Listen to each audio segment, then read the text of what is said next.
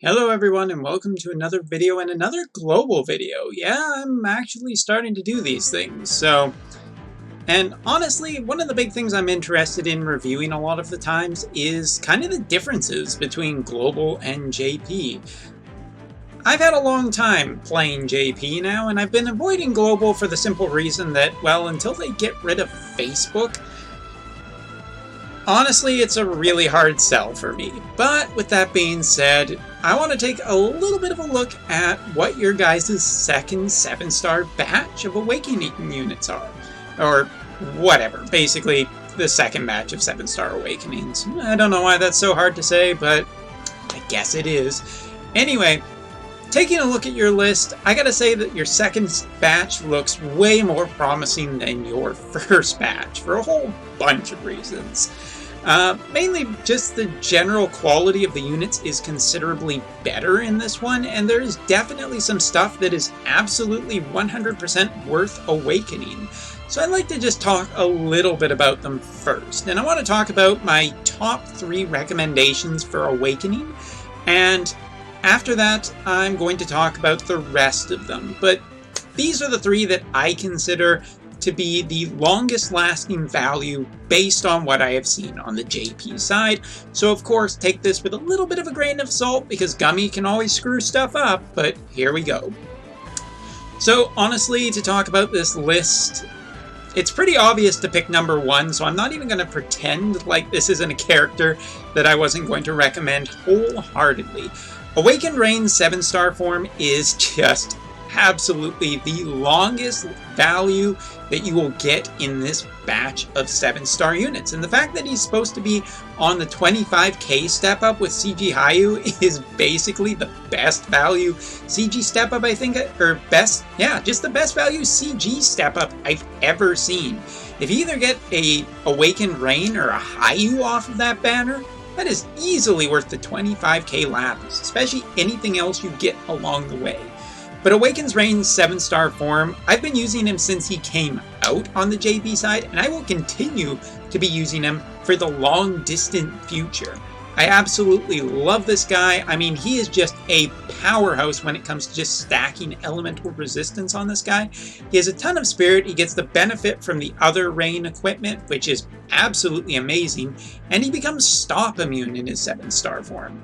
Not to mention his TMR is just great. Spirit and HP? Yeah, always valuable. So this is easily the number 1 on the list. Now, number 2. Who am I going to recommend? Well, some people are going to be happy that I recommend this guy because some people absolutely love him, but I'm going to recommend Nyx as my number 2 for the longest term value because Nyx has an absolutely useful and just really quite incredible ability in his 7-star form. It costs 210 MP and it basically kills him, but you know what? It basically charges your entire team's limit burst for the price of 1 Nyx. Well, 1 7-star Nyx, which is technically 2 Nyx, so you really have to spend like 2 Nyxes.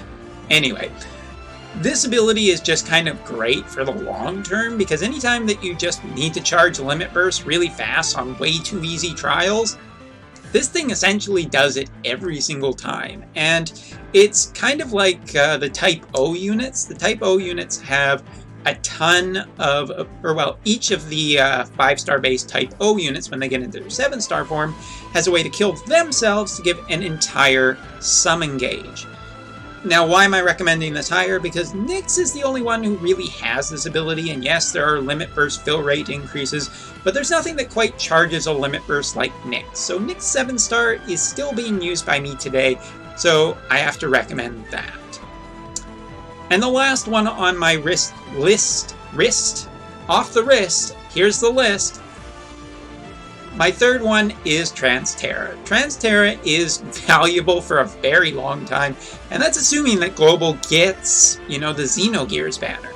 I mean, come on guys, I got my fingers crossed for you, but I can't guarantee it. Anyway, Transterra is the magic powerhouse for a long time, with only CG Sakura really being her competition.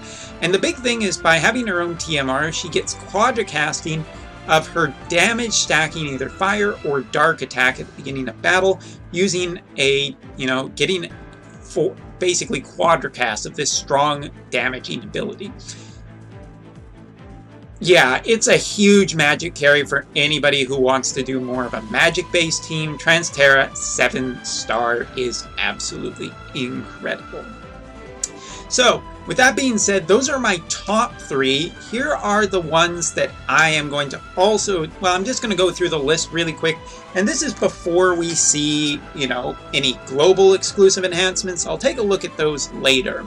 But I'll give a quick review of what they were like on the 7-star form on the JP side, and how much of a big difference they have meant to the game since.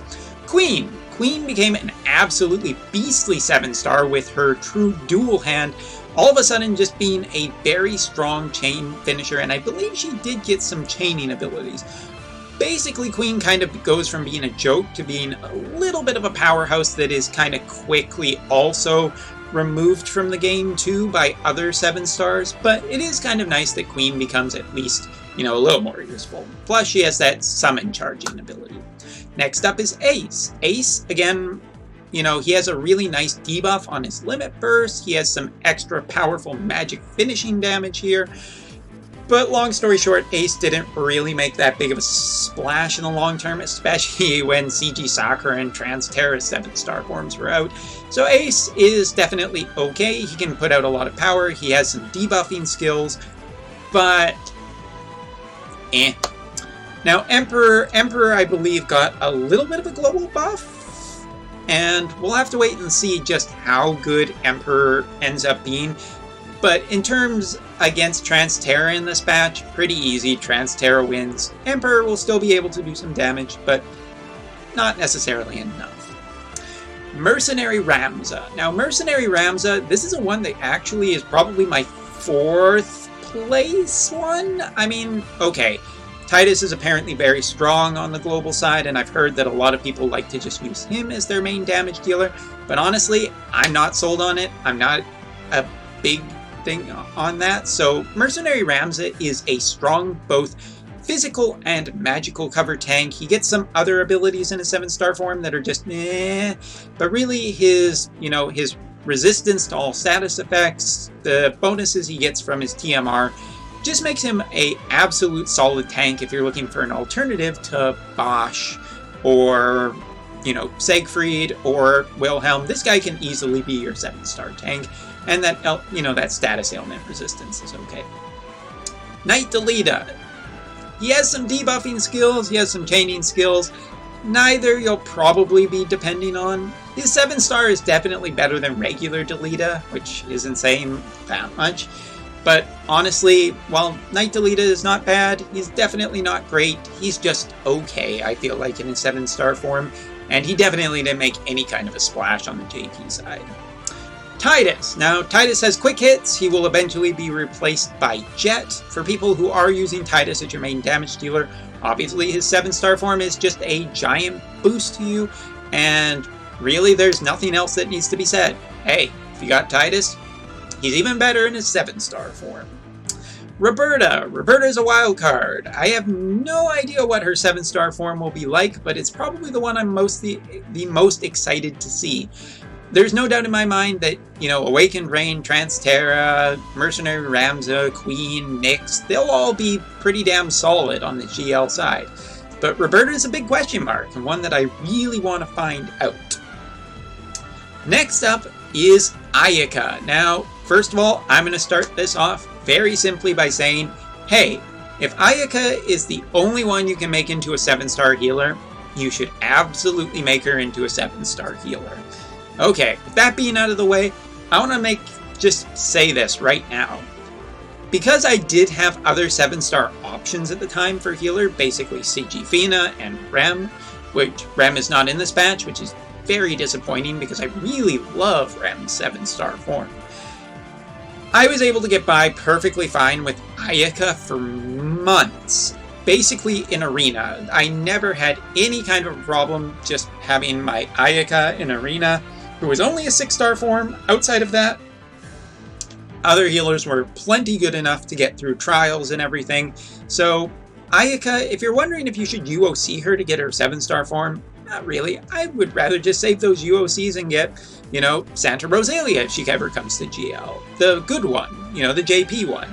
Or I would also rather just get Aerith or Folka or anyone else. I think that there are a lot of good options, and Ayaka doesn't have to be your only one for healers, and she was definitely some people's healers, but eventually she will be outclassed, and that has not happened yet to Santa Rosalia, CG Fina, or Folka. So, whereas Aerith feels like a direct replacement. Kind of need to clarify that a little bit. And the last one is Onion Knight, whose picture is not to be seen, so close enough. Onion Knight, I know on GL, has gotten some pretty expensive enhancements that also kind of make him better than he is on the JP side. Again, Onion Knight basically has Sephiroth to chain with, so he does have some chaining partners. So I think, if he, again, is your only damage dealer, he's perfectly fine. However, if you're short on Gil and you're going to be going for Hayu anyway, then you might as well just get Hayu and make your Hayu your main damage dealer. You'll have plenty of friend Hayus in the very near future.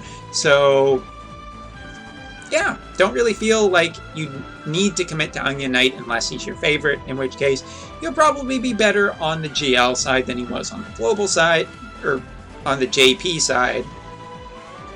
It's a long video. I'm getting confused. But yes, I have to say that this looks like a much better batch of 7 stars. Of course, it is coming about the same time as the Hayu story event. And the Hayu story event has 2 step-ups, which actually is pretty awesome for you global guys if you weren't potentially, against Gummy right now. I would say that this is a really, really good one to go on, but depends where your standings are right now. Obviously, there's a lot of anger on GL, so maybe 7-star awakenings in this batch will be more popular than the Hayu story event, although I have to admit, the Hayu banner is pretty damn tempting. The 11k step up is probably pretty good to get your hands on just Hayus, but the 25k step up being put, you may see Awakened Rain as kind of a bit of a nerf to the banner, but considering that he is the best magic tank, period, in the game, I gotta say, I actually think it's a pretty good 25k step up. However, global people, whether you're like Clayek or like Dyer on all the controversy that has been happening on the global side, I would definitely recommend that you figure out where your allegiances lie, what is a priority to you. I think that both Dyer and Clayek make really good points on the side. I have been following it. I do understand. You have to, basically at the end of the day, it depends where it is and how bad you think things are and how much you really want to protest for it. Sometimes protests don't work, sometimes they do. So with that being said, I respect both Dyer and Clayek's opinions on why they do or do not want to pull. And I hope that they continue whatever course they feel best for the global side. You guys definitely do deserve better than what Gummy has been treating you lately. I would absolutely agree with that. But at the end of the day, this is just a game, so some people look for it just to have fun, and for some people it just didn't matter as much, and I know that kind of sucks. Either way, I really hope for the best for all of you guys on Global, and if nothing else, I hope that you have a wonderful Hayu event for whatever you guys have saved up. I know you've been saving for a long time. If you're saving for Axstar, he's way too far out. Just go for Hayu if you want. You got plenty of time to save up tickets. And for all of you guys, I will look forward to doing a little bit more closer inspection. Definitely not on Hayu, because there's no way in hell he is getting a GL buff. But on the 7-star awakenings, I will be very looking in depth, not only at Roberta, but at all the GL enhancements that come up. So thank you very much for watching, and I will see you next time for more information on this game we play. I don't know, couldn't think of a good outro. It's hard to think of them on the spot. Anyway, talk to you next time.